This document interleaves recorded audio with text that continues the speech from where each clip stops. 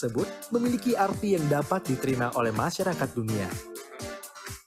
.id sendiri memiliki beberapa turunan produk lain, atau biasa kita sebut dengan Second Level Domain atau SLD, yang terdiri dari biz.id untuk UMKM, ac.id untuk universitas, sekolah tinggi maupun institut, sch.id untuk sekolah, ponpes.id untuk pondok pesantren, desa.id untuk pengurus desa, mil.id untuk militer, go.id untuk pemerintah, net.id untuk perusahaan telekomunikasi, or.id untuk organisasi, my.id untuk personal website, co.id untuk perusahaan umum, web.id untuk blogger. Semua SLD tersebut telah digunakan di seluruh Indonesia. Namun tidak hanya itu, .id juga telah hadir di Singapura, Australia, Jerman, bahkan Amerika. Keren bukan? Namun mimpi .id tidak hanya berhenti di situ saja, karena kita akan terus berkembang dan berinovasi untuk memperluas jangkauan domain .id secara internasional. Maka dari itu, ayo terus dukung domain kebanggaan kita, .id. Untuk informasi lebih lanjut, Anda bisa mengaksesnya di www.pandi.id dan www.domain.id.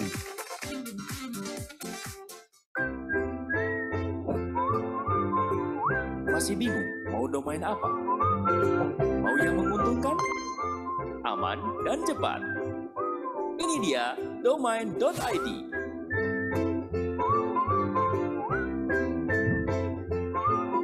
Domain.id itu menguntungkan. Domain.id adalah domain resmi Indonesia. Jadi mudah ditemukan dari mesin pencari. Ya kan?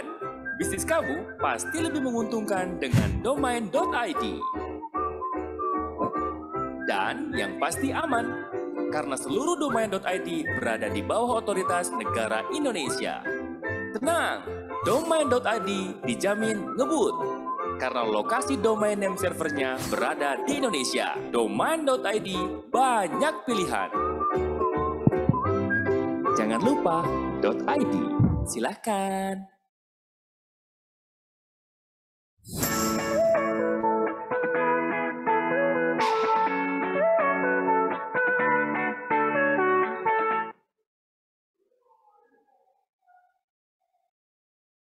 Bagi kita semua, Shalom, Om Swastiastu, Namo Buddhaya, Salam Kebajikan.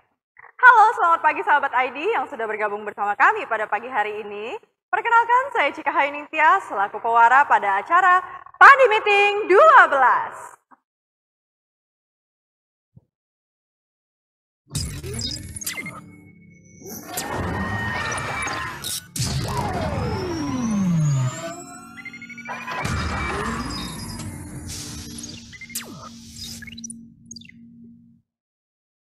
Pandi Meeting adalah acara tahunan Pandi yang diadakan setiap 1 tahun sekali dengan mengusung tema-tema yang menarik seputar dunia teknologi dan internet.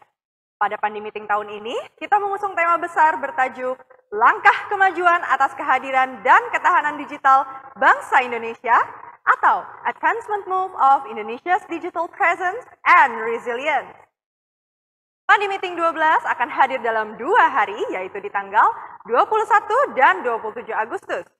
Tentunya dengan berbagai agenda menarik seperti talk show, selebrasi pencapaian domain.id sebagai juara Asia Tenggara, peresmian Indonesia Anti-Phishing Data Exchange, webinar penyelesaian perselisihan nama domain, serta workshop tata kelola nama domain dan keamanan DNS.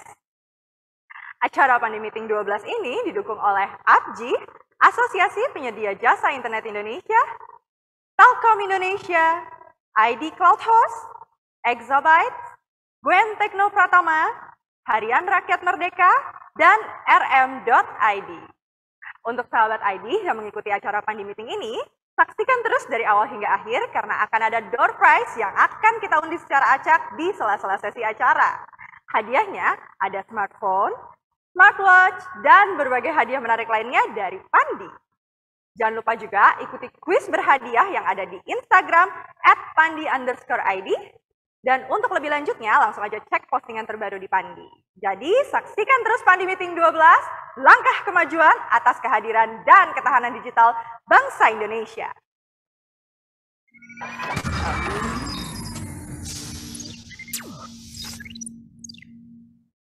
Sebelum memulai acara, pertama-tama kami ingin memanjatkan syukur kepada Tuhan Yang Maha Esa, karena dengan rahmat-Nya kita dapat menghadiri acara pada pagi hari ini. Selanjutnya, kami juga menyambut kehadiran tamu-tamu kehormatan pada acara Pandi Meeting 12. Yang pertama, kami ucapkan selamat datang kepada Bapak Profesor Dr. R. Agus Sartono, Deputi Kementerian Koordinator Pembangunan Manusia dan Kebudayaan Republik Indonesia, atau yang mewakili beliau. Yang kedua, Bapak Samuel Abrijani Pangerapan, Direktur Jenderal Aplikasi Informatika, Kementerian Komunikasi dan Informatika Republik Indonesia. Bapak Jamalul Iza, Ketua APJI, Asosiasi Penyelenggara Jasa Internet Indonesia. Bapak Muhammad Neil L. Himam, Deputi Bidang Ekonomi Digital dan Produk Kreatif, Kementerian Pariwisata dan Ekonomi Kreatif Republik Indonesia. Mayor Jenderal TNI Ferry Supriyanto, Pasahli TK 3 Bidang Intekmil dan Siber Panglima TNI, mewakili Panglima TNI Republik Indonesia. Bapak Freddy Haris, Dirjen Kekayaan Intelektual, Kementerian Hukum dan HAM Republik Indonesia. Mr. Jarong Lo, as Vice President and Managing Director of Asia Pacific Region ICANN, Internet Corporation for Assigned Names and Numbers. Mr. Sanjaya, as Deputy Director General of APNIC, Asia Pacific Network Information Center. Ms. Aichin Lu, as Board Chair of APTLD, Asia Pacific Top Level Domain Association. Dan yang terakhir, Bapak Hamam Riza, Kepala BPPTRI, Badan Pengkajian dan Penerapan Teknologi Republik Indonesia. Sebelum kita melanjutkan agenda pada hari ini, marilah kita bersama-sama memanjatkan doa kepada Yang Maha Kuasa agar acara kita dapat berjalan dengan lancar dari awal hingga akhir. Doa akan dipimpin oleh Bapak Azhar Hashim. Kepada Bapak Azhar, kami persilahkan.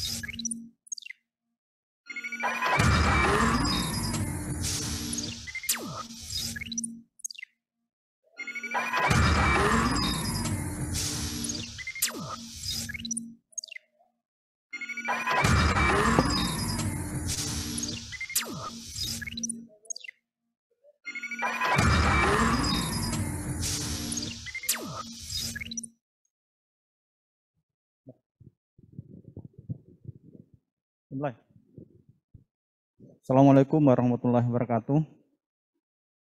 Para peserta Pandi Meeting yang saya hormati, marilah kita sama-sama berdoa semoga acara kita ini bisa berjalan lancar dan mendapatkan ridho dari Allah Subhanahu wa taala. Doa saya akan pimpin secara sesuai dengan ajaran agama Islam. Bagi Bapak Ibu sekalian peserta pandemi yang di luar Islam bisa berdoa sesuai agama dan keyakinan masing-masing. Bismillahirrahmanirrahim. Alhamdulillahirabbil alamin. Hamdan yu'afi ni'amahu wa kafi mazidah. Ya Rabbana lakal hamdu kama yanbaghi li jalalik wajhikal karim asmi sultanik. Ya Rahman ya Rahim, kepadamulah kami menyembah dan hanya kepadamulah juga kami memohon pertolongan. Ya Rabb, pada hari ini kami sedang melaksanakan kegiatan pandemi meeting, berdiskusi mengurai pikir untuk memberikan sumbangsi terbaik bagi bangsa ini, khususnya terkait dengan perkembangan komunikasi teknologi, perkembangan nama domain internet. Ya Allah, lancarkanlah acara ini, berkahilah, penuhilah pandemi meeting ini dengan kebaikan dari awal sampai akhir. Al-Fatihah. Bismillahirrahmanirrahim. Alhamdulillahirabbil alamin. Arrahmanirrahim. Maliki yaumiddin. Iyyaka na'budu wa iyyaka nasta'in. Ihdinas siratal mustaqim. Siratal ladzina an'amta 'alaihim ghairil maghdubi 'alaihim waladdallin. Allahumma bihaqqil Fatihah wa sirril Fatihah. Ya farijal hammi wa ya kasifal gammi. Ya man libadi yaghfir wa yarham. Ya dafi al-bala'i Allah, wa ya dafi al-bala'i rahmat, wa ya dafi al-bala'i rahim.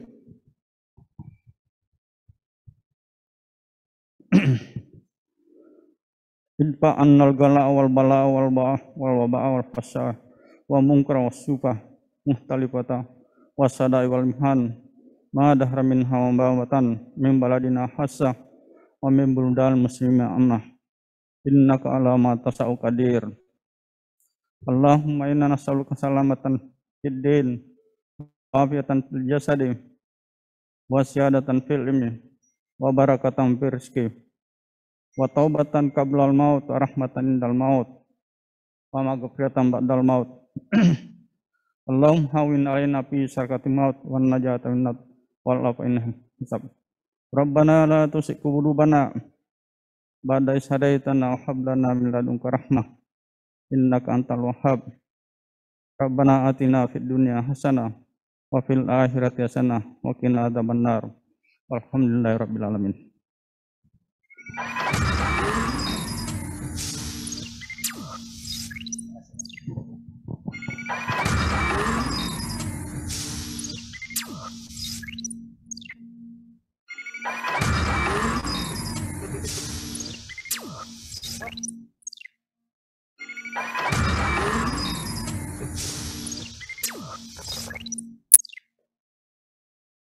Sahabat ID, sebagai bentuk penghormatan terhadap tanah air tercinta, marilah bersama-sama kita menyanyikan lagu Indonesia Raya.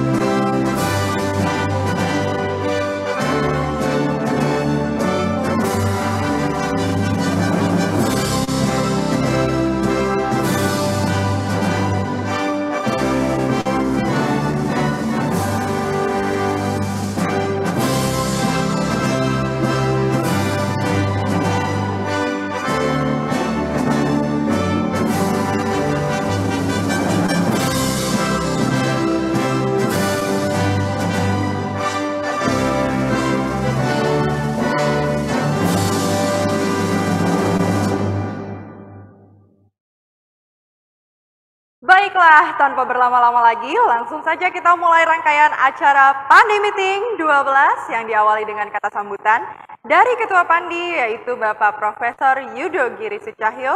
Kepada Pak Yudo, kami persilahkan.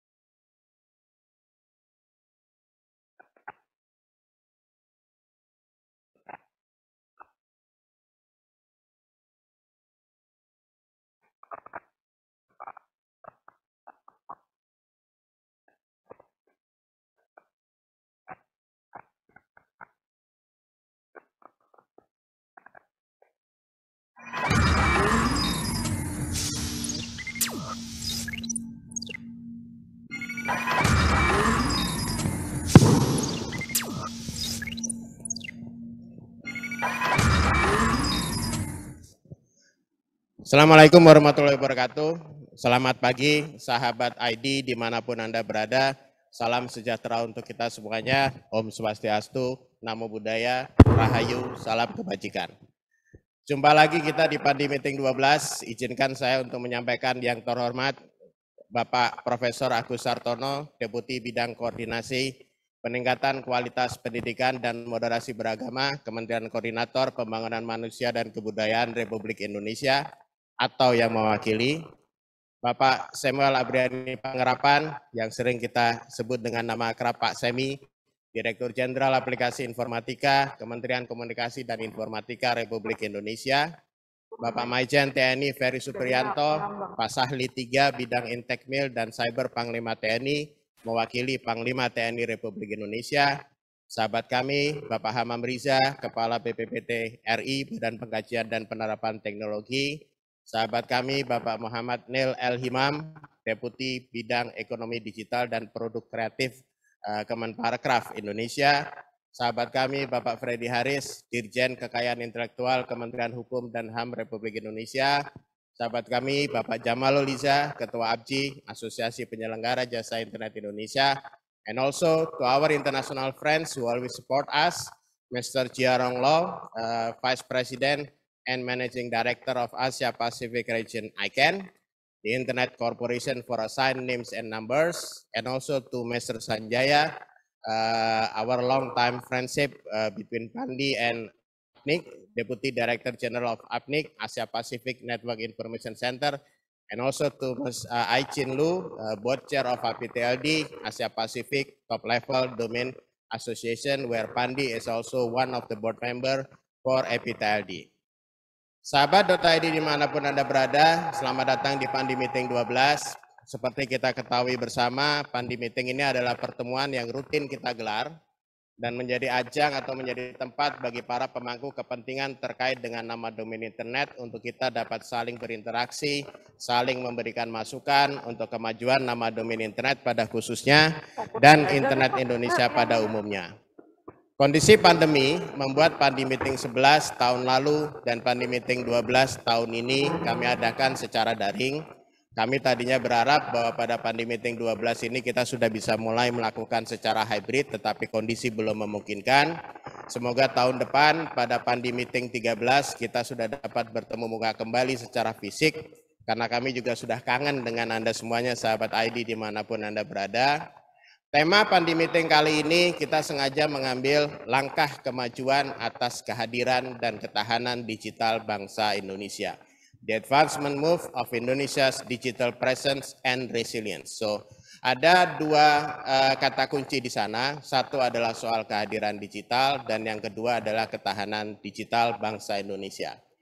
Dalam Pandi Meeting 12 ini kami akan sampaikan capaian-capaian Pandi khususnya dalam setahun terakhir ini. Salah satunya adalah hari ini kita akan selebrasikan capaian kita bersama seluruh warga Indonesia bahwa akhirnya kita berhasil menyalip .vn, CCTLD Vietnam, dan oleh karena itu kita menjadi CCTLD Registry dengan nama jumlah nama domain terbanyak untuk Asia Tenggara. Jadi kita bisa nyatakan nanti hari ini bahwa kita menjadi juara di Asia Tenggara dan kita nanti akan tentukan target-target berikutnya. Ini tentunya menandai kehadiran digital Indonesia sebagai salah satu tema kita. Selain itu, tema yang kedua atau kata kunci yang kedua dalam tema kita adalah terkait dengan ketahanan internet Indonesia, dan hari ini kita akan mendeklarasikan Indonesia Anti-Phishing Data Exchange sebagai salah satu upaya untuk memengarangi phishing di negeri kita tercinta ini. Hari ini adalah episode pertama dari rangkaian Pandi Meeting 12, jadi jangan lupa untuk ikuti episode kedua nanti tanggal 27 Agustus yang akan diisi dengan berbagai workshop, ada workshop DNSSEC, ada workshop terkait dengan Domain Name Dispute Resolution, ada juga workshop tentang investasi digital. Akhir kata, mari kita ikuti Pandi Meeting 12, salam sehat selalu dari kami Pandi, untuk sahabat ID dimanapun Anda berada. Wassalamualaikum warahmatullahi wabarakatuh. Om Santi Santi Santi Om.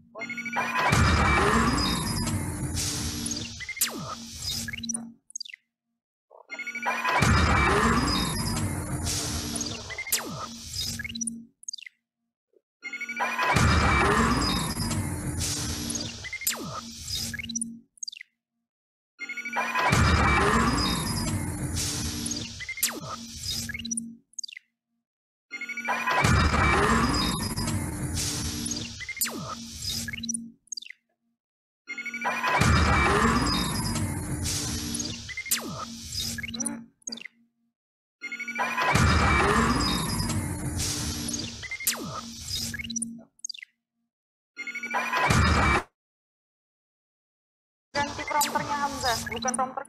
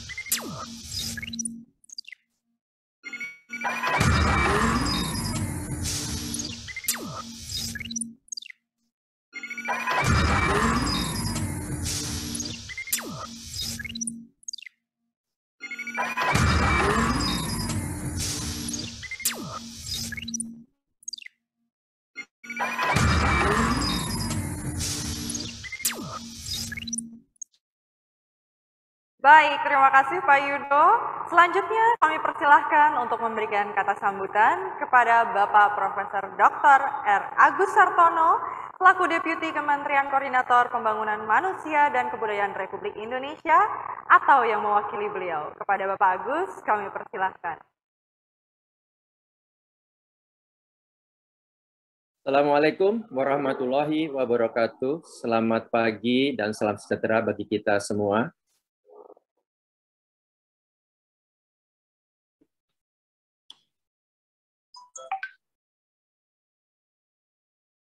Pertama-tama kami menyampaikan salam dari Bapak Deputi Bidang Koordinasi Peningkatan Kualitas Pendidikan dan Modernisasi Beragama, Bapak Profesor Agus Sartono. Beliau menyampaikan salam dan juga sekali mohon maaf karena pada saat bersamaan beliau ada penugasan lain sehingga menugaskan kami, Asisten Deputi Pendidikan PAUD Dasar dan Menengah Wijaya Kusuma, untuk hadir di sini mewakili menyampaikan sambutan pembukaan.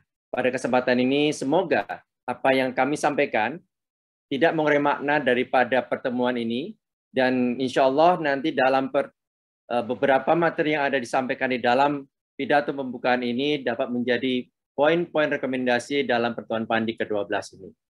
Untuk itu kami izinkan untuk membacakan pidato pembukaan yang memang harus sedianya dihadiri oleh Bapak Menko Pembangunan Manusia dan Kebudayaan, Bapak Profesor Muhajir. Namun kami saat ini banyak sekali juga kegiatan sehingga beliau juga menyampaikan mohon maaf tidak bisa hadir sehingga menugaskan kami di sini. Kami bacakan pidato pembukaan atau pidato sambutan pembukaan Bapak Menteri Koordinator Bidang Pembangunan Manusia Kebudayaan Republik Indonesia mengenai langkah kemajuan atas kehadiran dan ketahanan digital bangsa Indonesia.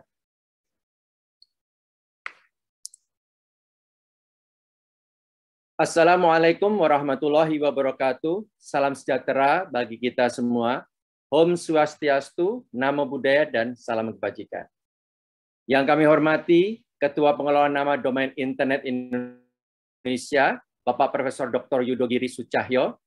Yang kami hormati, Bapak dan Ibu para narasumber, para akademisi dan komunitas TIK Indonesia, serta para peserta Pandi Meeting dan hadirin berbahagia. Pertama-tama, marilah kita memanjatkan puji syukur kehadirat Allah Subhanahu wa Ta'ala, karena atas perkenannya dan karunia-Nya kita semua dapat hadir dalam pertemuan virtual ini yang diselenggarakan oleh Pengelola Nama Domain Internet Indonesia dengan tema Langkah Kemajuan atas Kehadiran dan Ketahanan Digital Bangsa Indonesia dalam keadaan sehat yang walafiat. Merupakan suatu kehormatan bagi kami dan kebahagiaan juga bagi saya pribadi dapat hadir dan bertemu dengan Bapak Ibu sekalian di sini. Bapak Ibu yang kami hormati, dunia saat ini tengah dilanda pandemi COVID-19 yang telah mengakibatkan kelumpuhan di berbagai sektor. Negara-negara di dunia telah melakukan berbagai upaya untuk mengatasi pandemi ini, meskipun hingga saat ini belum ada cara penanggulangan yang terbukti efektif. Di Indonesia sendiri, serangan COVID-19 gelombang kedua telah mengakibatkan angka kasus positif naik dengan sangat tajam. Untuk itu, pemerintah kembali memberlakukan pembatasan kegiatan masyarakat untuk menekan laju pertambahan kasus dan membatasi mobilitas masyarakat. Mungkin bisa dilanjutkan pada slide berikutnya. Tidak dapat dipungkiri, kondisi ini membuat masyarakat terpukul, terutama bagi pelaku sektor ekonomi dan industri. Sebagai siasat untuk bertahan dan tetap kompetitif di masa pandemi ini, para pelaku usaha harus beralih ke transaksi digital. Bukan hanya sektor usaha, bahkan sektor pendidikan juga melakukan hal yang sama, bahkan sejak awal pandemi. Penutupan sekolah membuat pembelajaran harus dilakukan tanpa tatap muka dengan memanfaatkan sosial media dan video conference. Dalam kondisi ini tentunya kita bisa melihat bahwa masyarakat dituntut untuk belajar teknologi secara cepat, khususnya digital, selama masa pandemi ini. Nah, apa saja yang menjadi peluang dan tantangan yang dihadapi Indonesia dalam era digitalisasi ini, dan apa saja yang harus disiapkan? Diharapkan pertemuan ini dapat menghasilkan terobosan yang dapat bermanfaat bagi Indonesia dalam menghadapi era perubahan digital tersebut. Sebagaimana telah disinggung sebelumnya, ekonomi Indonesia sangat terdampak dengan adanya pandemi COVID-19 yang telah berlangsung selama lebih daripada 1 tahun, bahkan hampir menjelang 2 tahun. Pertumbuhan ekonomi melambat, angka pengangguran dan kemiskinan meningkat, bahkan data BPS menunjukkan bahwa terdapat 19,1 juta penduduk usia kerja yang terdampak pandemi.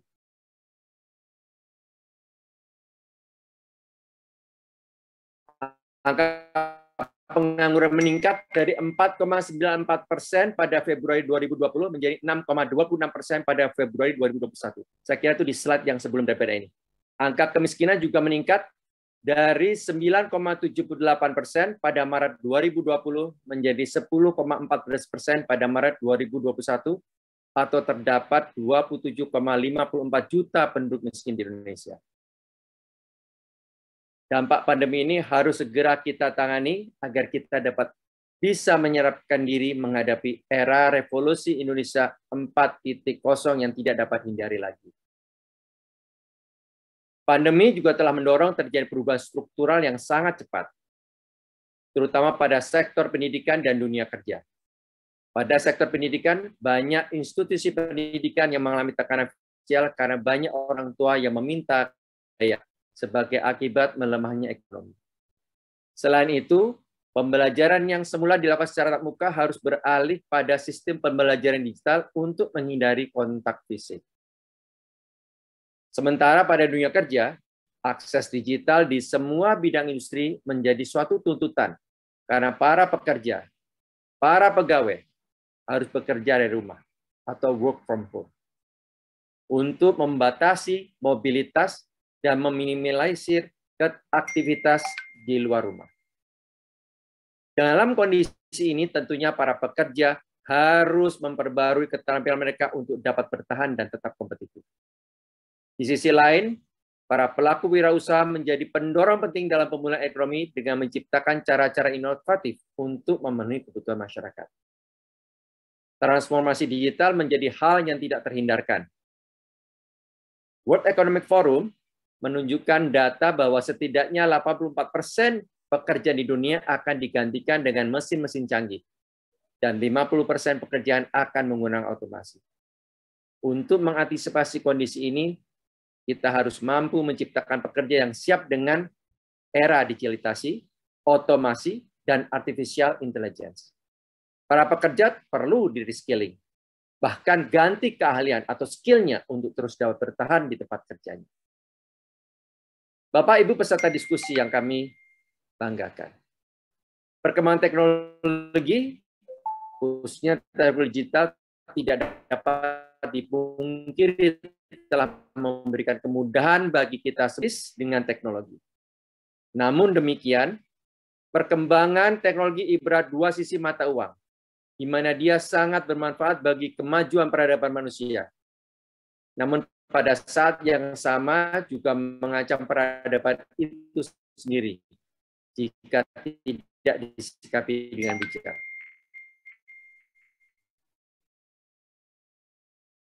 Pancasila menjadi salah satu perisai terkuat yang kita miliki. SDM unggul yang berkarakter Pancasila dapat menjadi jawabannya.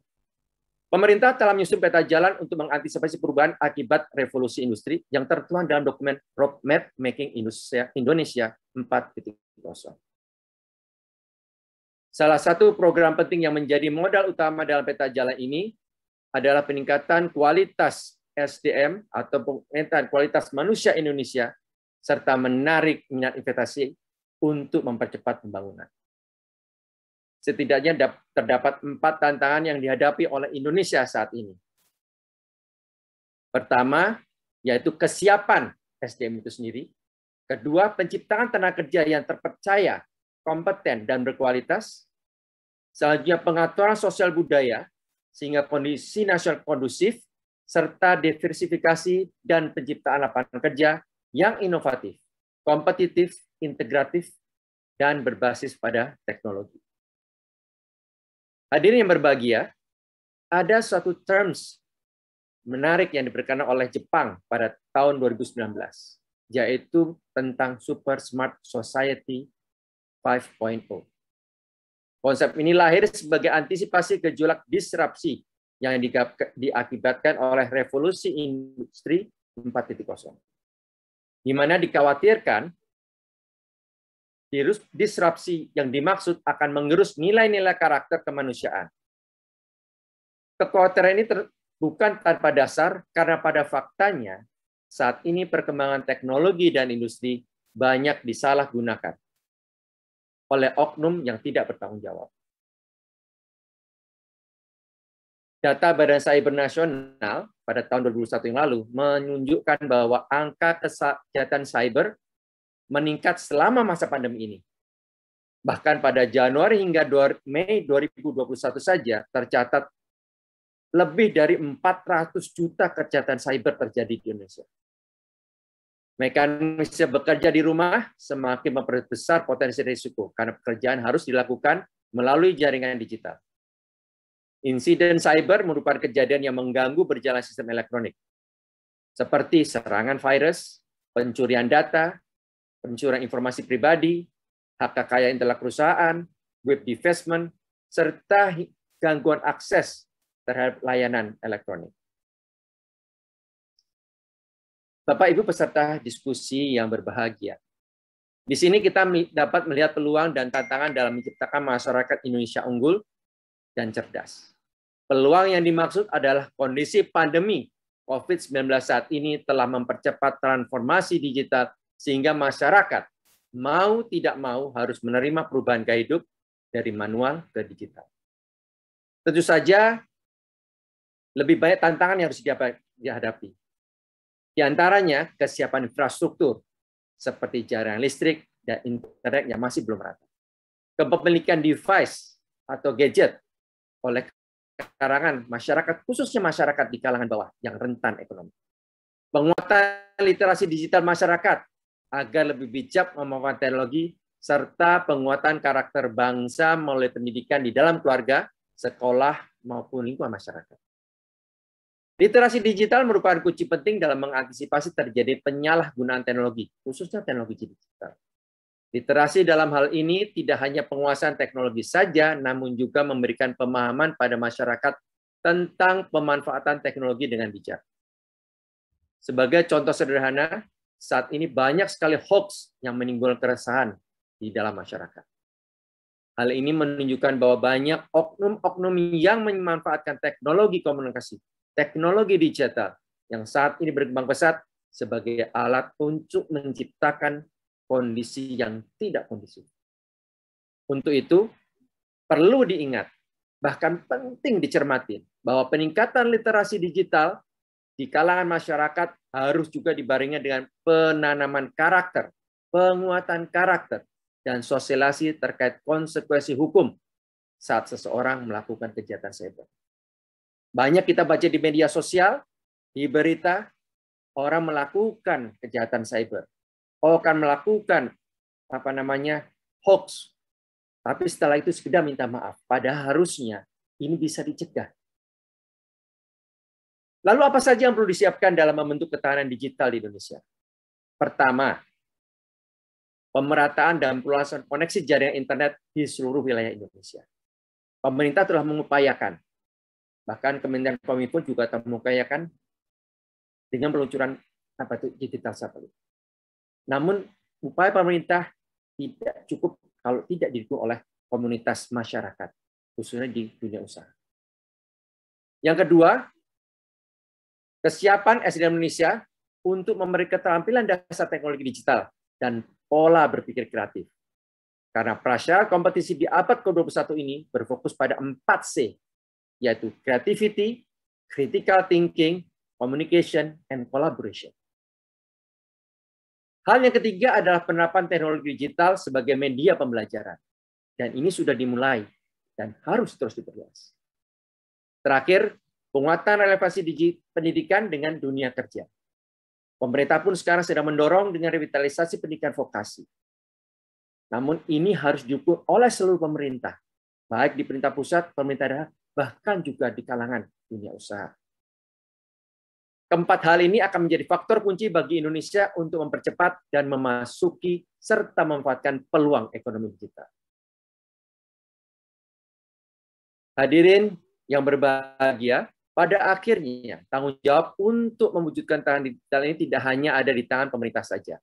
Namun kita semua juga mengemban tanggung jawab yang sama.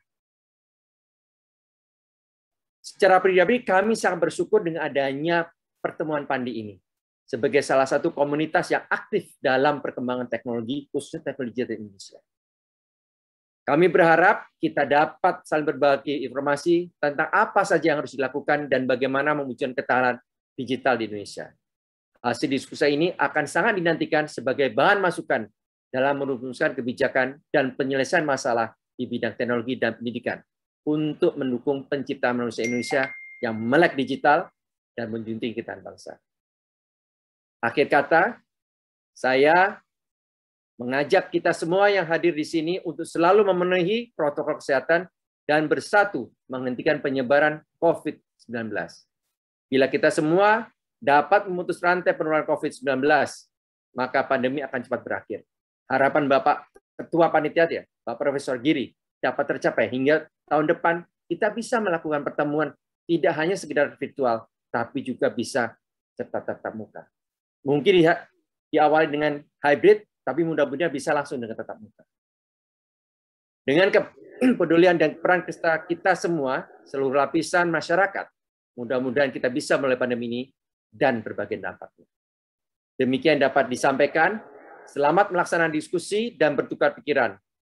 serta terus bersemangat dalam berkarya, mendidik, memberikan motivasi, serta inspirasi kepada masyarakat luas, terutama generasi penerus bangsa.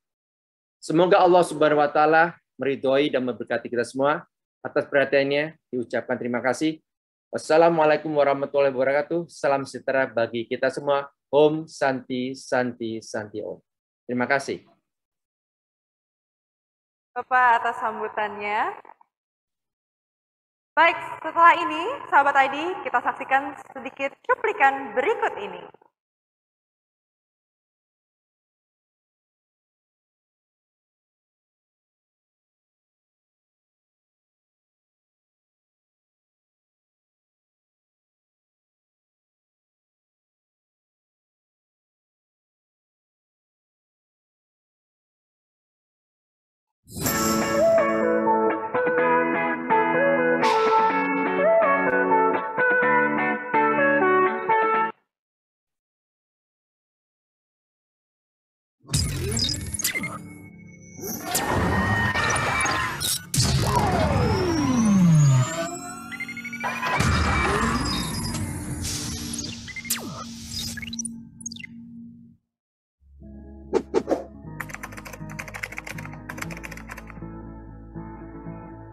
Untuk melakukan branding di era digital, diperlukan sebuah nama domain.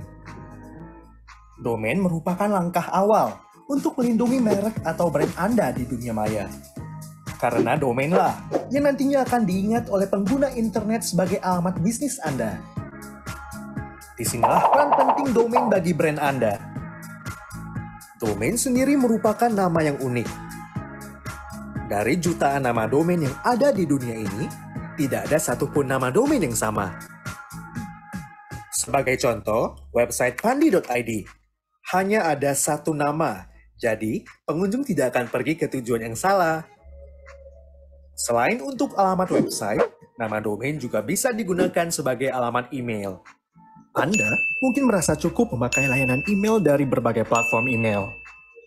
Secara teknis benar, karena pada prinsipnya, semua layanan email itu memiliki fungsi yang kurang lebih sama.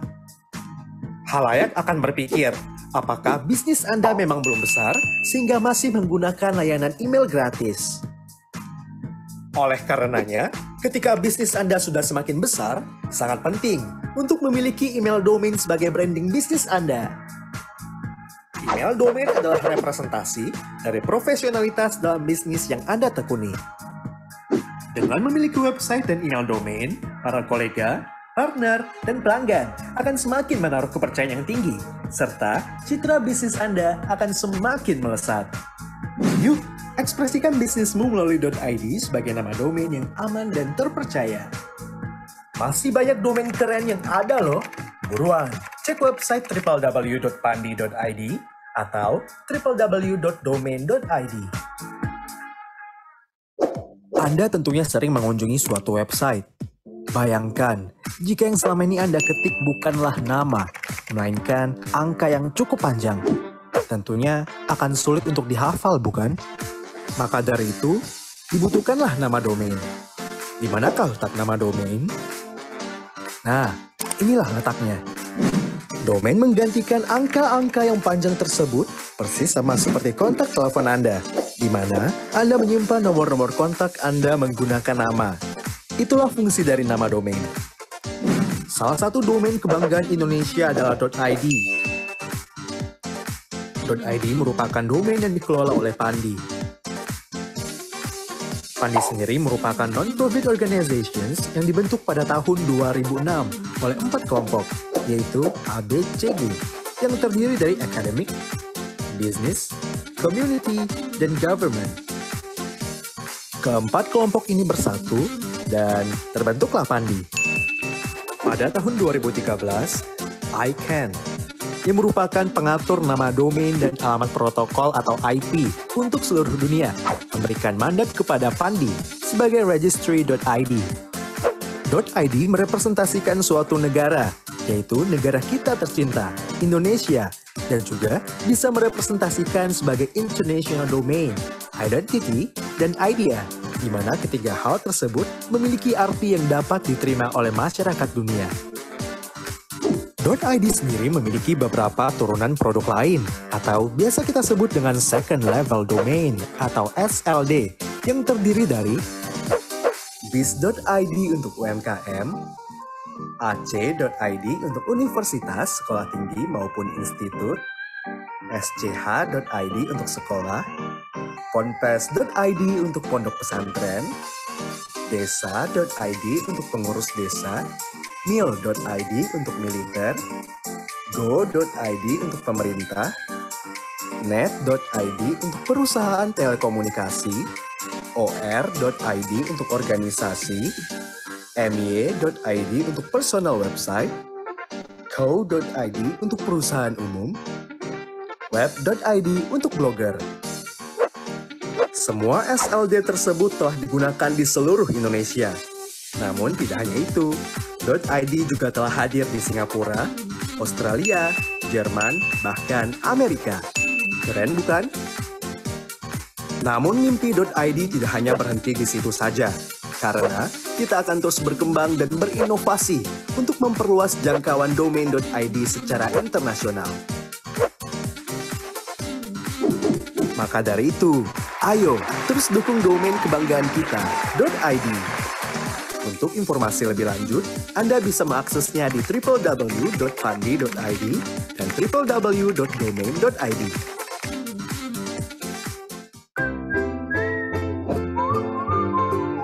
Masih bingung mau domain apa? Mau yang menguntungkan, aman, dan cepat? Ini dia domain.id.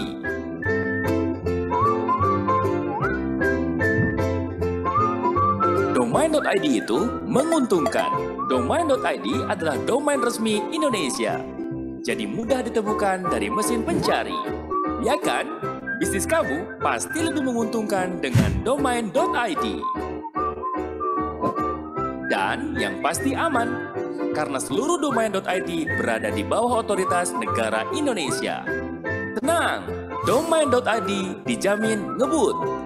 Karena lokasi domain name servernya berada di Indonesia. Domain.id banyak pilihan. Jangan lupa .id. Silahkan.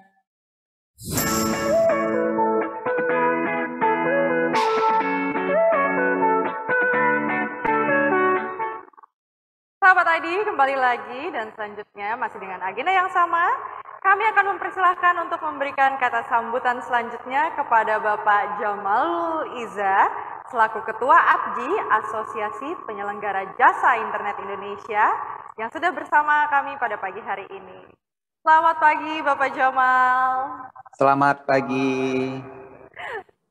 Salam sehat Bapak. Salam sehat juga semuanya para sahabat ID. Baik. Siap, silahkan Bapak.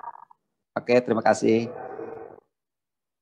Bismillahirrahmanirrahim. Assalamualaikum warahmatullahi wabarakatuh. Selamat pagi, salam sejahtera buat semuanya. Om Swastiastu, Namo Buddhaya, salam kebajikan, dan juga salam sehat. Yang pertama sekali yang saya hormati Bapak Ketua Pandi, Bapak Prof. Yudo, dan juga beserta jajarannya, Dewan Pengurus, dan yang saya hormati juga Dewan Pengawas Pandi. Yang saya hormati juga para tamu undangan yang tidak bisa saya sebutkan satu persatu, dan juga para sahabat .id di seluruh Indonesia. Pertama sekali saya mengucapkan selamat kepada Pandi dengan 533.000 domain menjadi juara ASEAN Domain ID. Pertama sekali saya akan sampaikan sedikit sambutan dari APJI, Asosiasi Penyelenggara Jasa Internet Indonesia. APJI ini yang merupakan asosiasi penyelenggara jasa Internet Indonesia yang berjumlah anggotanya kurang lebih sekitar 600 anggota penyelenggara jasa dan kurang lebih dari 2.000 anggota non penyelenggara jasa. Kalau Pandi sebagai pengolah nama domain, APJI itu sebagai pengolah internet protokol. Jadi kalau dikatakan tadi di slide yang sebelumnya,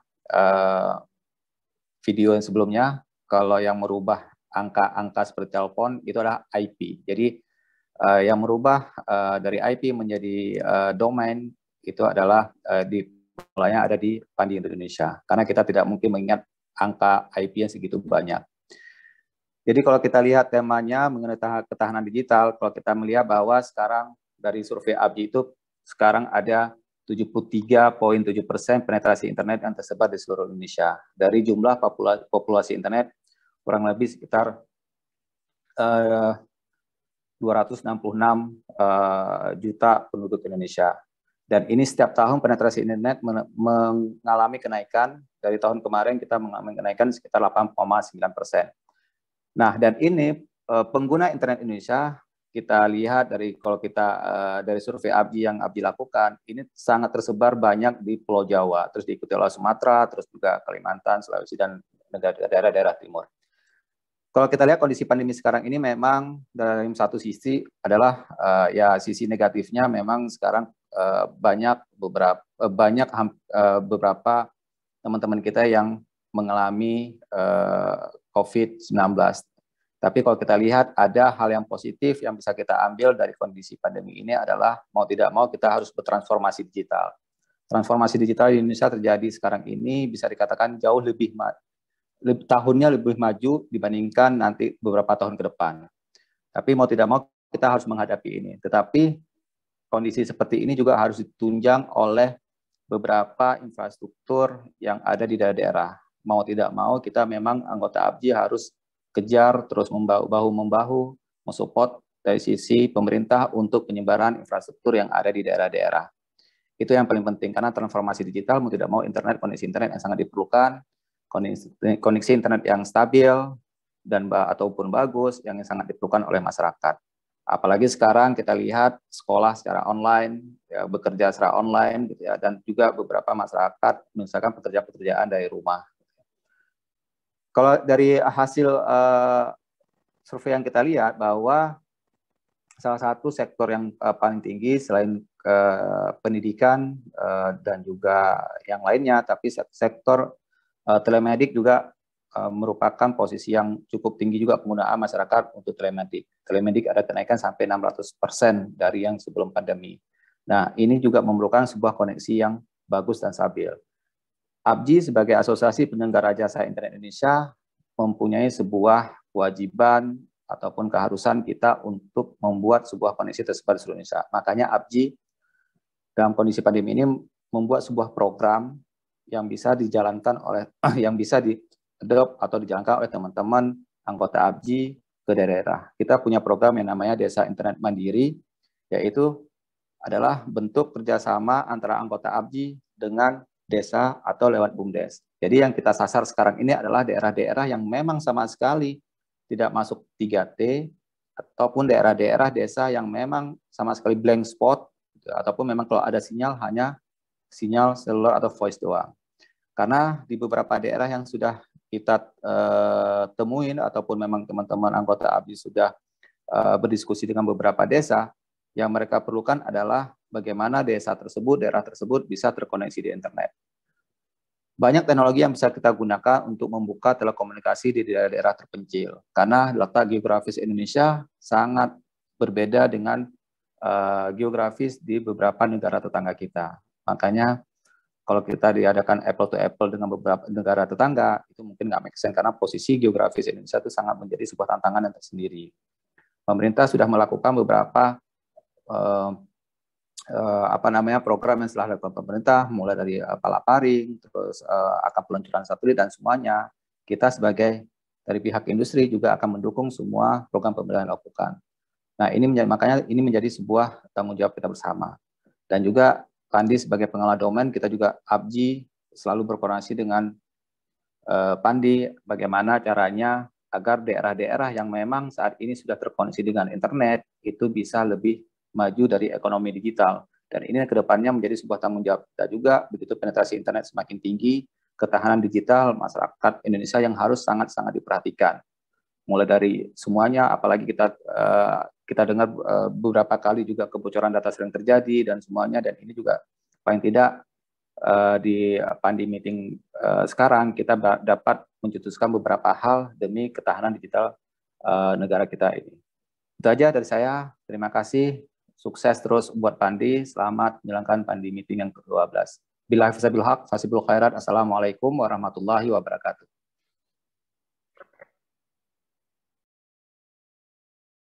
Waalaikumsalam warahmatullahi wabarakatuh. Terima kasih Pak Jamal atas sambutannya. Baik, kami persilahkan selanjutnya untuk memberikan kata sambutan kepada Bapak Muhammad Neil El Himam, Deputi Bidang Ekonomi Digital dan Produk Kreatif Kementerian Pariwisata dan Ekonomi Kreatif Republik Indonesia. Selamat pagi, Pak Neil. Pagi, Mbak. Suara saya sudah terdengar jelas ya, Pak ya? Jelas sekali. Siap, Bapak. Salam sehat selalu, Pak. Silahkan. Baik. Bismillahirrahmanirrahim. Yang terhormat, yang saya hormati Bapak Ketua Umum Pandi, Profesor Yudo Giri Sucahyo, dan jajaran pengurus dan pengawas, para anggota Pandi, para narasumber, dan tentunya yang saya banggakan juga para hadirin sekalian. Assalamualaikum warahmatullahi wabarakatuh. Selamat pagi, salam sejahtera bagi kita semua.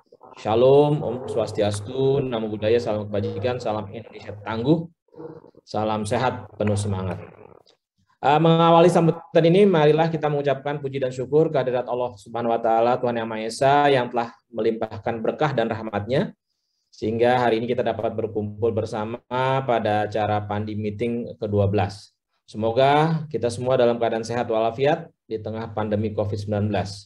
Walaupun dilaksanakan di tengah pandemi, tidak berarti mengurangi kualitas dari kegiatan Pandi Meeting ini. Sebelumnya saya juga mengucapkan selamat kepada Pandi atas menjadi juaranya .id di Asia Tenggara. Pandi Meeting 12 mengangkat tema langkah kemajuan atas kehadiran dan ketahanan digital bangsa Indonesia. Jadi kehadiran digital secara umum dikaitkan dengan konteks sosialisasi maupun pemasaran melalui sosial media dan beragam saluran digital lainnya. Dan kehadiran digital ini dapat merujuk pada strategi untuk membangun suatu wujud jejak digital untuk dikenal oleh lebih banyak orang. Secara khusus, kehadiran digital dalam rumusan tema agenda Pandi Meeting 12 dimaksudkan sebagai perwujudan eksistensi dan kontribusi kebangsaan Indonesia bagi ekosistem digital dunia. Peserta kegiatan yang berbahagia, pandemi COVID-19 telah membawa dampak yang sangat besar terhadap perubahan tatanan kehidupannya. COVID-19 mendorong perubahan kebijakan ekonomi dan politik dunia ke depan. Begitu juga perspektif, sikap, perilaku masyarakat sebagai konsep bekerja, budaya hidup sehat, aktivitas belanja, dan gaya hidup lainnya. Hal-hal seperti ini, bekerja dan belanja dilakukan sekarang secara online. Dan berdasarkan data yang dihimpun oleh We Are Social, saat ini dari 274 juta masyarakat Indonesia, di mana 57%-nya adalah masyarakat urban, dan tadi sudah disampaikan juga oleh Pak Jamalul, bahwa sekitar 73% dari total populasinya adalah pengguna internet.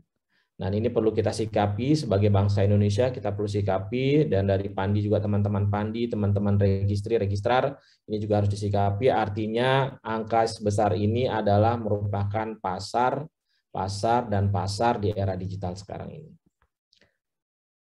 Bapak Ibu sekalian, para hadirin, sedikit saya akan bercerita tentang ekonomi kreatif. Jadi berdasarkan Undang-Undang 24 tahun 2019 tentang ekonomi kreatif didefinisikan sebagai perwujudan nilai tambah dari kekayaan intelektual yang bersumber dari kreativitas manusia yang berbasis kepada 3 hal. Yang pertama warisan budaya, kemudian ilmu pengetahuan, dan atau teknologi.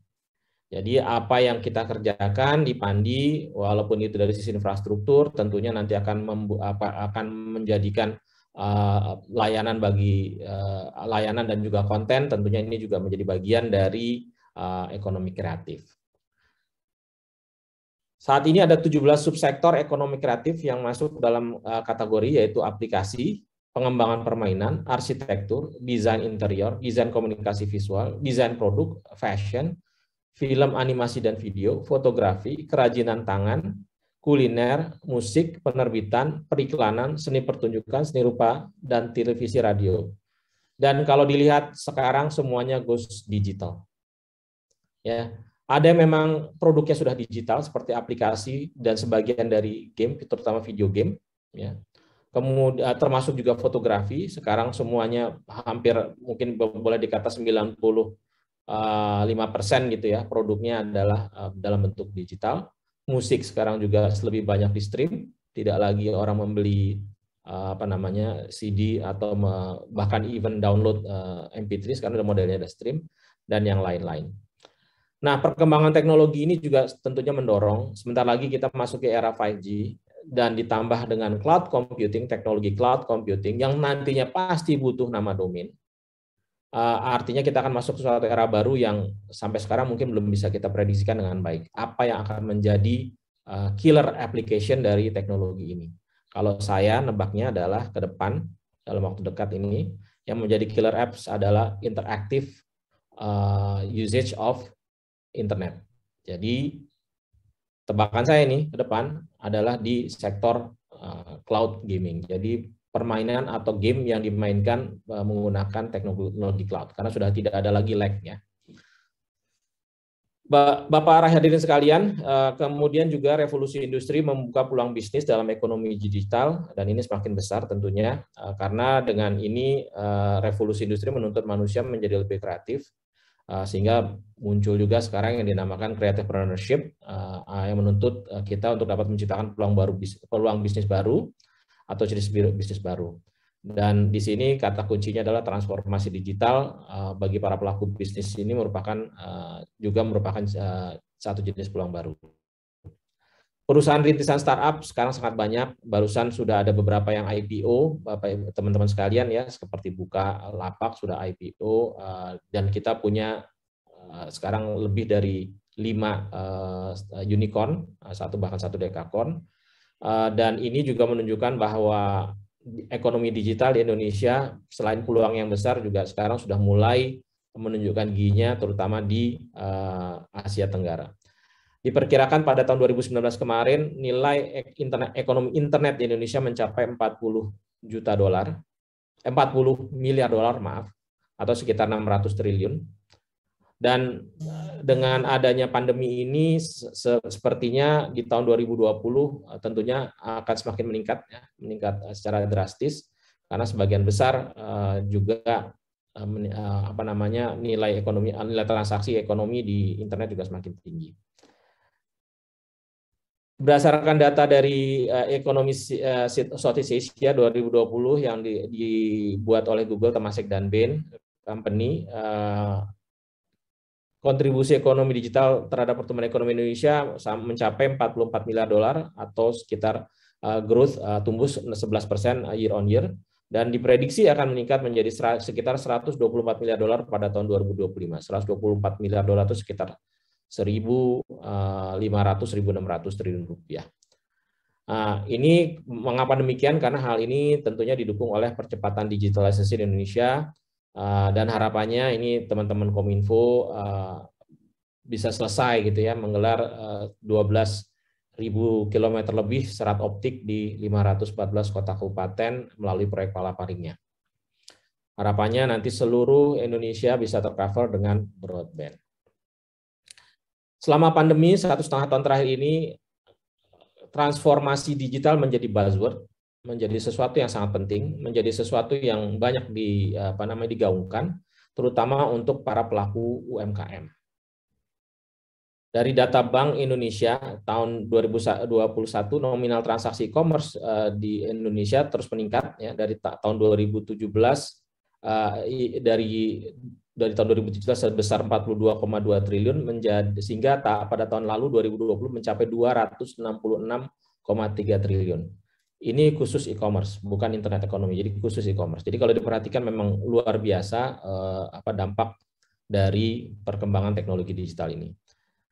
Digitalisasi sistem pembayaran tentunya mendorong pesatnya transaksi ekonomi digital melalui e-commerce pada saat pandemi ini. Jadi tumbuh kembangnya berbagai macam e-wallet, sistem pembayaran, e-money juga mendorong mempermudah terutama terjadinya transaksi di dalam platform e-commerce. Bapak Ibu sekalian, para pelaku UMKM yang bertransformasi digital tentunya butuh melakukan implementasi solusi digital dalam proses bisnisnya. Contoh, mereka harus dapat menggunakan aplikasi, hal-hal yang peningkatan literasi digital yang berada di UMKM. Karena salah satu indikator kinerja dari Kementerian Koperasi dan UMKM ternyata adalah menaikkan kelas dari informal, UMKM yang informal menjadi yang formal. Nah, untuk itu tentunya dibutuhkan effort yang luar biasa, kerjasama yang luar biasa, sinergi yang luar biasa, bukan hanya antar kementerian, bukan hanya antar pemerintah, tapi juga tadi sudah disebut-sebut juga ya ABCGM, akademisi, bisnis, community, government, baik pemerintah pusat maupun pemerintah daerah dan juga tentunya media. Banyak hal selain tadi terkait dengan point of sale, menggunakan aplikasi untuk pemasaran yang sekarang sudah banyak tersedia, menggunakan aplikasi untuk koordinasi atau untuk meeting semacam seperti yang kita gunakan sekarang ini, menggunakan juga aplikasi untuk analisis data atau big data. Harapannya ke depan berbagai macam aplikasi ini dapat digunakan oleh teman-teman UMKM secara mudah, secara murah dan juga secara cepat. Selain itu, untuk menghadapi tantangan perubahan teknologi dan tantangan holistik lainnya, UMKM perlu melakukan penggabungan upaya internal dan eksternal agar dapat terus eksis. Dan tentunya UMKM harus rajin menyebut bola dan tentunya juga harus dibantu oleh teman-teman sekalian, terutama yang digital savvy, utamanya juga dengan Pandi, dengan para registrarnya, untuk menciptakan atau menaikkan kelas tadi teman-teman UMKM dalam bertransformasi digital. Sedikit cerita tentang Kemenparekraf, kita juga punya beberapa program terkait dengan transformasi digital ini. Yang pertama, kami merupakan bagian dari termasuk inisiator dari yang namanya program Gerakan Nasional Bangga Buatan Indonesia yang di-launching oleh Presiden Jokowi tahun 2020 kemarin, bulan Mei 2020 kemarin. Konon kabarnya ada 64 juta UMKM di Indonesia. 8 jutanya sudah on board di platform e-commerce atau platform digital. Jadi masih ada sekitar 50 juta lebih yang belum. Nah, kemarin oleh Presiden Jokowi tahun lalu, tahun 2020, ditargetkan untuk menambah 2 juta. Sampai akhir tahun 2020 ditargetkan untuk mencapai 2 juta. Nah, berkat kerjasama dari sekitar 18 kementerian lembaga, KL, dan platform e-commerce, dan juga teman-teman perbankan, itu target 2 juta, Gerakan Nasional ini melebihi target yang dicanangkan 2 juta tadi. Jadi kita mencapai 3,4 juta UMKM yang bisa di-onboardkan ke dalam platform digital. Dan harapannya tahun 2024 akan ada sekitar separuh atau 50% dari UMKM tadi yang onboard ke platform digital. Nah, kami juga berharap tentunya nanti Pandi, kita bisa juga mengajak kerjasama Pandi dan teman-teman registrar penyedia nama domain.id dan juga nanti turunannya, saya yakin industri turunannya akan sangat banyak, seperti website, seperti aplikasi, untuk bisa juga mendukung gerakan nasional ini. Karena kami yakin ya UMKM, walaupun bagaimanapun UMKM ini merupakan tulang punggung perekonomian Indonesia, dan diharapkan kontribusinya di tahun 2025 mencapai lebih dari 65%. Selain program Gerakan Nasional Bangga Buatan Indonesia ini, juga kami punya program turunannya ya, BBI ini kami punya program beli kreatif lokal. Ini kemarin tahun ini kita adakan di Danau Toba karena kami terkait dengan 5 DSP, daerah super prioritas. Untuk juga tadi bukan sekedar meng-onboardkan tapi juga memberikan bimbingan teknis, meningkatkan capacity building buat para teman-teman pelaku ekonomi kreatif daerah tersebut untuk bisa berjualan, manage produksi, meningkatkan kualitas, kemudian masalah keuangan, kapabilitas sehingga mereka bisa menjadi atau bisa menjadi lebih baik dan naik kelas menjadi lebih formal.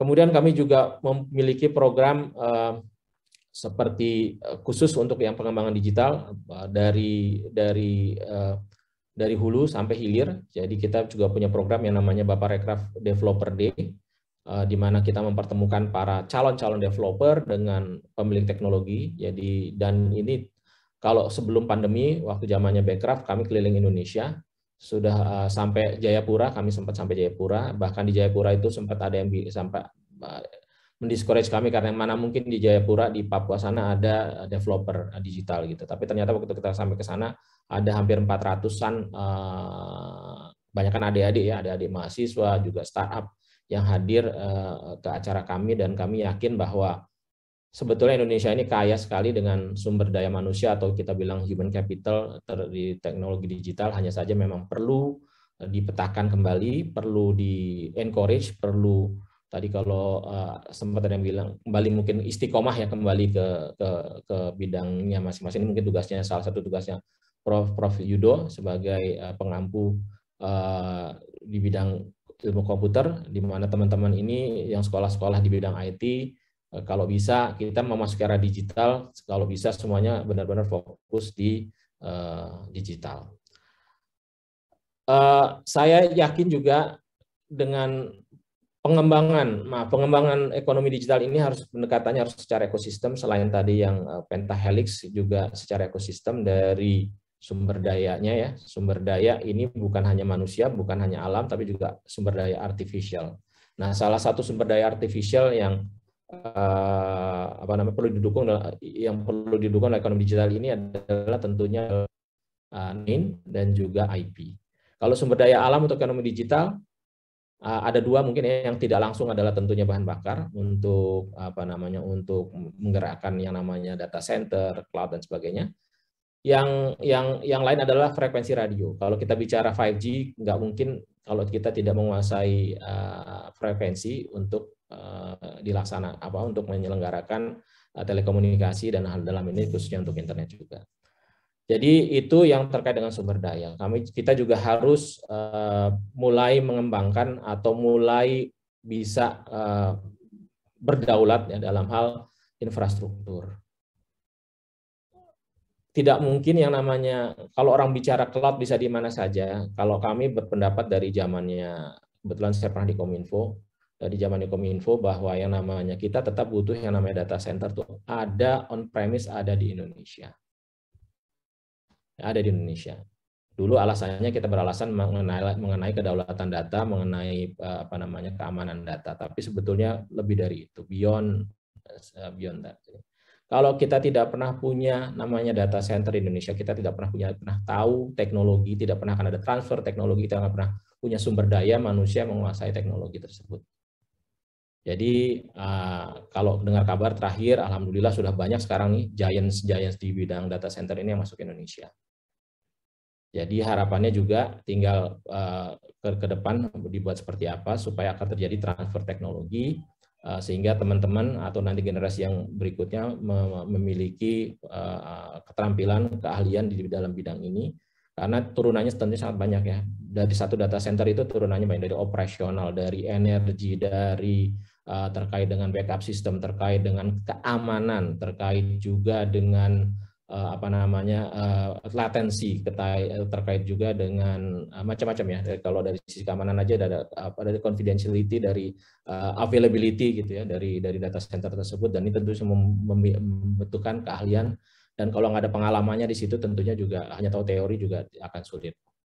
Jadi harapannya seperti itu untuk dari sisi infrastruktur, dan banyak lagi nantinya pembiayaan termasuk regulasi. Dari sisi pemerintah tentunya nanti dalam hal ini undang-undang dasarnya digital ini ada di undang-undang ITE.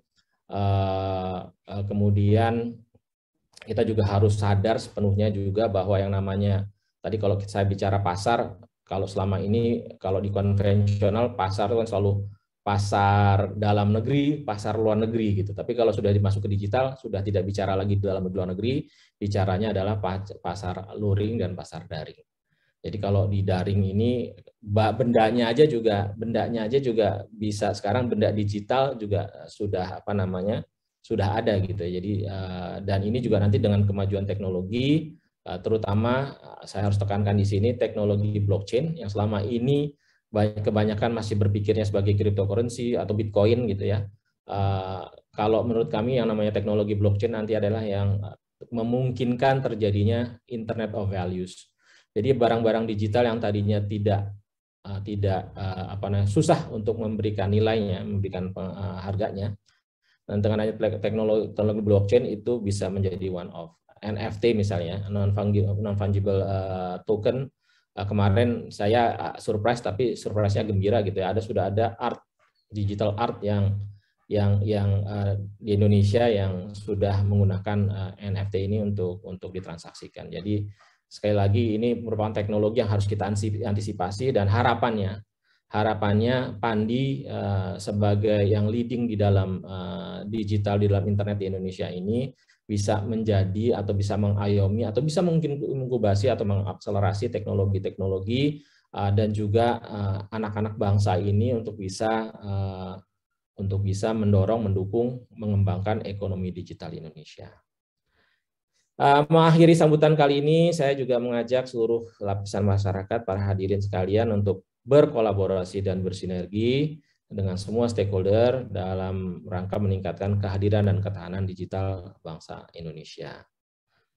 Sekian dari saya, terima kasih dan selalu semangat untuk Bapak Ibu sekalian, para hadirin, dan selamat mengikuti kegiatan Pandi Meeting 12. Aktif, saya berharap juga teman-teman nanti aktif, dan tentunya tetap sehat dan selalu menjaga protokol kesehatan. Wabillahi taufiq wal hidayah. Wassalamualaikum warahmatullahi wabarakatuh. Om Santi Santi Santi Om. Baik, terima kasih banyak Pak Neil atas sambutannya yang wow, keren sekali ya sahabat ID. Nah, kami akan untuk memberikan kata sambutan kepada Bapak Samuel Abrijani Pangerapan, selaku Direktur Jenderal Aplikasi Informatika Kementerian Komunikasi dan Informatika Republik Indonesia, yang sudah berada di sebelah kami, Pak Semi. Selamat pagi, Bapak. Bapak, suara saya sudah bisa terdengar dengan baik? Selamat pagi semuanya. Selamat pagi, Pak. Oke, silakan Bapak. Ya, terima kasih atas kesempatan yang diberikan. Assalamualaikum warahmatullahi wabarakatuh. Selamat pagi buat kita semua. Salam sejahtera. Om Swastiastu, Namo Buddhaya, salam kebajikan. Pak Yudo, selaku Ketua Pandi yang saya hormati, dan juga rekan-rekan dari pengurus, pengawas, dan juga para peserta rapat Pandi pagi hari ini. Kalau kita lihat sejarah tadi sudah banyak dibicarakan tentang peluang-peluangnya, apa antisipasi ke depannya. Mungkin saya ingin berbicara tentang tata kelola. Kalau kita lihat transformasi pengelolaan domain ini berjalannya cukup panjang. Namun 12 tahun yang lalu kita putuskan untuk mempunyai suatu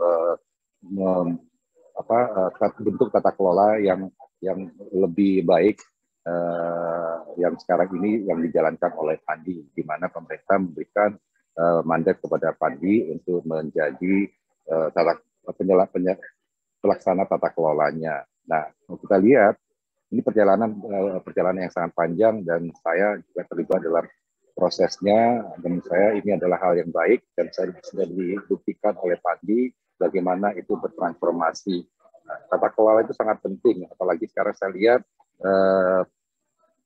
bentuknya sudah multi stakeholder dan itu mengayomi semua kepentingan. Ini yang sebaiknya ke depannya bentuk tata kelola itu harus dilaksanakan. Nah, mungkin ke depannya juga harus mulai ditransformasikan. Kita harus memisahkan antara tata kelola dan pelaksanaan layanan. Jadi tadinya dulu sih impiannya kalau bisa juga demikian dengan IP. Jadi ada satu badan tata kelolanya. Pelaksananya sih bisa saja ABJI makanya. Tapi tata kelola itu harus multi stakeholder. Kita harus lihatnya jauh ke depan. Ini yang perlu juga dipikirkan, dan kami di pemerintahan juga lagi memikirkan hal itu. Bisa nggak kita punya bentuk satu tata kelola IP dan domain ini, dan pelaksananya tetap seperti yang sekarang yang dilaksanakan. Mungkin Pandi juga harus sudah membentuk sebuah organisasi pelaksananya yang seperti profesional, dan mungkin justru itu akan memberikan keluasan Pandi dengan membentuknya suatu institusi barunya yang bisa menjalankan fungsinya lebih banyak dan bisa memberikan layanan yang lebih baik lagi. Nah, di tingkat tata kelolanya akan membicarakan tentang bagaimana regulasinya, bagaimana mengatur industrinya, terus mungkin juga bisa melakukan riset untuk pengembangannya. Ini yang diharapkan. Dan juga kalau kita lihat ya, yang di Pandi ini kan membayar PNBP. PNBP-nya pun di pemerintah itu juga kembalikan ke Pandi untuk melakukan kegiatan bersama. Jadi pemerintah itu bukan untuk sebenarnya mewajibkan Pandi untuk membayar PNBP itu bukan untuk menambah penghasilan pemerintah, tapi itu supaya ada keterikatan. Atau uangnya ini juga kita kembalikan ke Pandi untuk program-program yang dilaksanakan bersama dengan pemerintah. Dengan demikian, kalau ada keterikatan, laporannya pun kami dapat laporannya sangat rinci dan kami sangat mengapresiasi apa yang dilakukan Pandi. Nah, inilah adalah perbaikan-perbaikan menurut saya ke depannya juga harus mulai dipikirkan. Harus dipikirkan supaya tadi layanannya bisa berkembang dan kita bisa memperkaya ekosistem. Namun di lain sisi adalah tata kelolanya tetap juga harus prudent dan juga bisa mengatur yang namanya industri ini. Jadi ini yang saya rasa ke depannya impian kami di pemerintahan ini bagaimana membentuk sebuah badan tata kelola antara domain dan IP. Tata kelolanya, pelaksananya kita tidak mau menyentuh karena biarkan aja karena sudah berjalan dengan baik, tapi tata kelolanya harus ada keterlibatan multi stakeholder. Sekali lagi selamat buat Pandi, selamat juga para pengurus yang sudah mengantar Pandi pada posisi sekarang ini. Menurut saya ini adalah bisa menjadi percontohan dalam membangun sebuah tata kelola yang self-regulated. Jadi bukan lagi aturannya pemerintah, tapi badan inilah yang membuat regulasi-regulasi yang bagaimana ke depannya. Termasuk yang sekarang saya ini juga bagaimana kita menangani masalah scouting ini. Ini scouting ini itu akan merugikan Pandi juga. Kenapa? Karena nanti orang yang punya ide yang benar-benar menjalankan, mereka akan kesulitan. Kalau mereka kesulitan, pasti mereka akan cari nama domain yang lainnya. Nah, ini tolong juga diperhatikan bagaimana menangani masalah scouting yang sekarang ini. Kita lihat ada banyak sekali juga domain-domain yang dari mendaftarkan domain-domainnya lebih dahulu walaupun tidak dilaksanakan. Ini adalah PR juga buat Pandi yang saya rasa harus diselesaikan. Itu kira-kira dari saya. Terima kasih sekali lagi kepada semua pengurus Pandi yang sudah membawa Pandi dan membenahi Pandi, dan diharapkan Pandi terus bertransformasi menjadi yang lebih baik dan menjadi percontohan bagi tata kelola industri di Indonesia. Terima kasih dari saya. Sekian. Wassalamualaikum warahmatullahi wabarakatuh. Om Santi Santi Santi Om. Waalaikumsalam warahmatullahi wabarakatuh. Baik, terima kasih Pak Semi atas sambutannya. Dan selanjutnya kami persilahkan terlebih dahulu untuk melakukan sesi foto bersama. Dan kepada para tamu undangan serta jajaran Dewan Pengawas Pandi, Dewan Pengurus Pandi, dan juga anggota Pandi yang hadir, agar dapat bergabung bersama kami di atas panggung, dan bagi yang bergabung secara daring melalui Zoom Meeting, dimohon agar berkenan menyalakan kameranya.